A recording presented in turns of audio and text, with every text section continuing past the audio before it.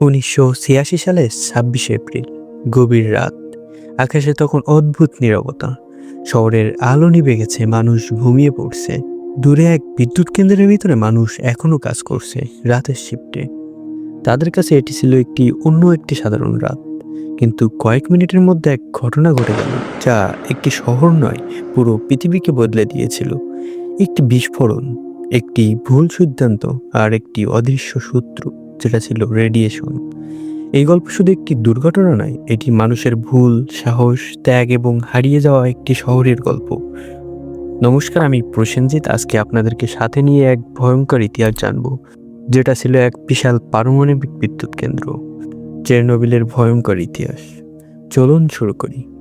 Soviet ইউনিয়নের সময় তৈরি হয়েছিল এক আধুনিক শহর, প্রিপিয়াত।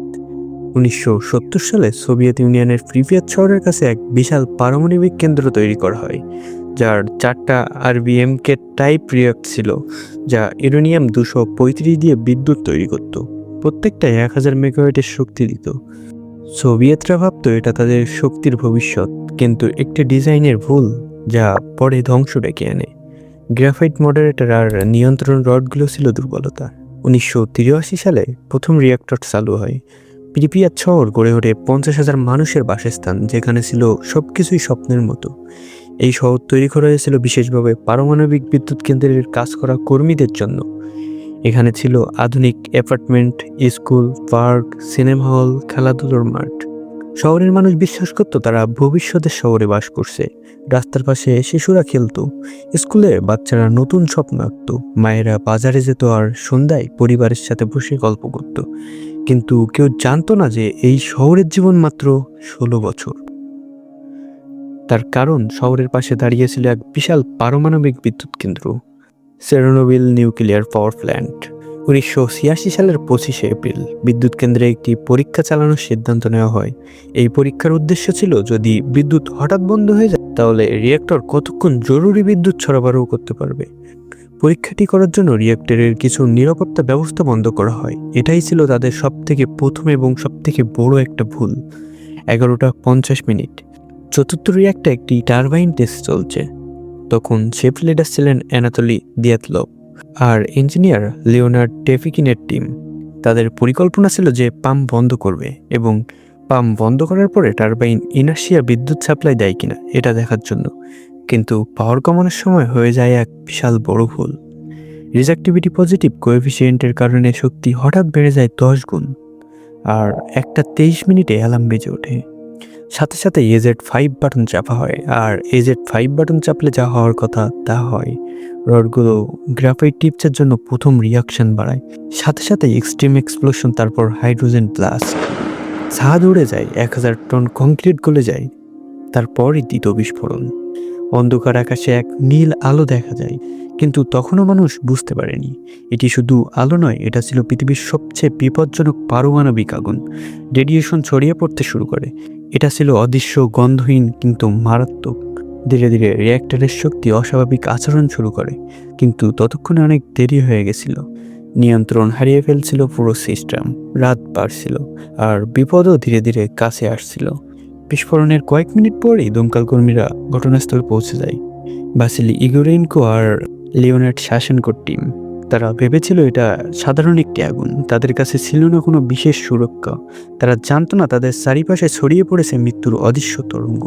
তবুও তারা আগুন নেভানোর জন্য রিঅ্যাক্টরের ছাদে উঠে যায়। কেউ খালি হাতে জ্বলন্ত গ্রাফাইট সরাচ্ছিল। কয়েক ঘন্টার মধ্যে অনেকের শরীরে শুরু হয় ভয়ঙ্কর অসুস্থতা, বমি, মাথা ঘোরা, ত্বক পুড়ে যাওয়া। কিন্তু ততক্ষণে তারা নিজেদের জীবন ঝুঁকিতে ফেলেও আরও বড় বিস্ফোরণ থামিয়ে দিয়েছিল। তাদের অনেকেই কয়েক দিনের মধ্যেই মারা যায়। সকাল 6টায় ম্যানেজার ভিক্টর ব্রিউমখানন জানতে পারেন। সোভিয়েত কর্তৃপক্ষকে খবর দেওয়া হয়, কিন্তু তারা নিশ্চুপ থাকে। প্রিপিয়াতের লোক তখনও ঘুমাচ্ছে, কোনো অ্যালার্ম নেই। পরের দিন সকাল। প্রিপিয়াত শহরের মানুষ কিছুই বুঝতে পারছিল না। শিশুরা স্কুলে যাওয়ার জন্য প্রস্তুতি নিচ্ছিল, মানুষ রাস্তায় হাঁটছিল, কিন্তু বাতাসে ছিল সেই ভয়ঙ্কর রেডিয়েশন। দুপুরের দিকে ঘোষণা আসে সবাইকে শহর ছেড়ে যেতে হবে। 27 এপ্রিল দুপুর 2টা প্রিপিয়াত এভাকুয়েশন শুরু হয়। 49,000 মানুষকে 1100 বাসে করে সরানো হয়। মানুষকে বলা হয়েছিল মাত্র কয়েক দিনের জন্য তাদেরকে সরিয়ে নেওয়া হচ্ছে। তাই তারা অনেক কিছুই ঘরে রেখে চলে যায়, যেমন খেলনা, ছবি, বই, স্মৃতি। আর রেডিয়েশনের এক্সক্লুশন জোন ছিল 26,000 বর্গ কিলোমিটার। থাইরয়েড ক্যান্সারে হাজারো শিশু আক্রান্ত হয়। সরকারি হিসাবে 32 জন মৃত্যু ঘোষণা করা হয়, কিন্তু আনুমানিক 4,000 থেকে 9,000 হতে পারে। কেউ জানতো না তারা কখনো ফিরতে পারবে কিনা। আজও সেই শহরের বাড়িগুলো নীরবে দাঁড়িয়ে আছে, যেন সময় হঠাৎ থেমে গেছে। চেরনোবিলের রেডিয়েশন শুধু একটি শহরকে থামিয়ে রাখেনি, এটি ছড়িয়ে পড়েছিল ইউরোপের অনেক দেশে। হাজার হাজার মানুষ স্বাস্থ্য সমস্যায় ভুগতে শুরু করে। বহু এলাকা দীর্ঘ সময়ের জন্য বাসযোগ্য ছিল না। এই ঘটনা পৃথিবীকে শিখিয়েছিল পারমাণবিক শক্তি যতটাই শক্তিশালী ততটাই বিপজ্জনক।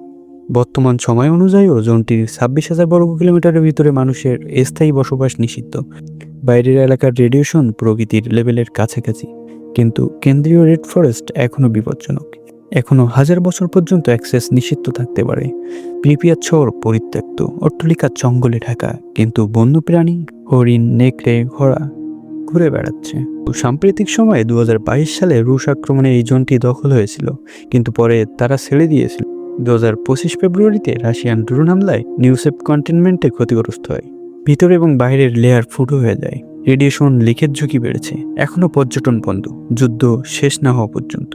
তবে ভবিষ্যৎ পরিকল্পনা অনুযায়ী নিউ সাবকন্টিনেন্ট 2065 সাল পর্যন্ত ডিজাইন করা, কিন্তু ক্ষতির কারণে মেরামত চলছে। 2050-এর পর বাইরের এলাকা খোলার চিন্তা করা হচ্ছে। একটি শহর যেখানে কোনো হাসির শব্দ শোনা যায় না, শুধু বাতাসে ভেসে বেড়াচ্ছে একটি প্রশ্ন। যদি সেই রাতে কয়েকটি সিদ্ধান্ত ভিন্ন হতো, তাহলে কি আজও এই শহরে মানুষ বাস করত? ইতিহাসের পাতায় চেরনোবিল শুধু একটি দুর্ঘটনা নয়, এটি একটি সতর্কবার্তা। মানুষের ভুল কখনো কখনো পুরো পৃথিবীকেই বদলে দিতে পারে। ভিডিও ভালো লাগলে লাইক এবং সাবস্ক্রাইব করুন।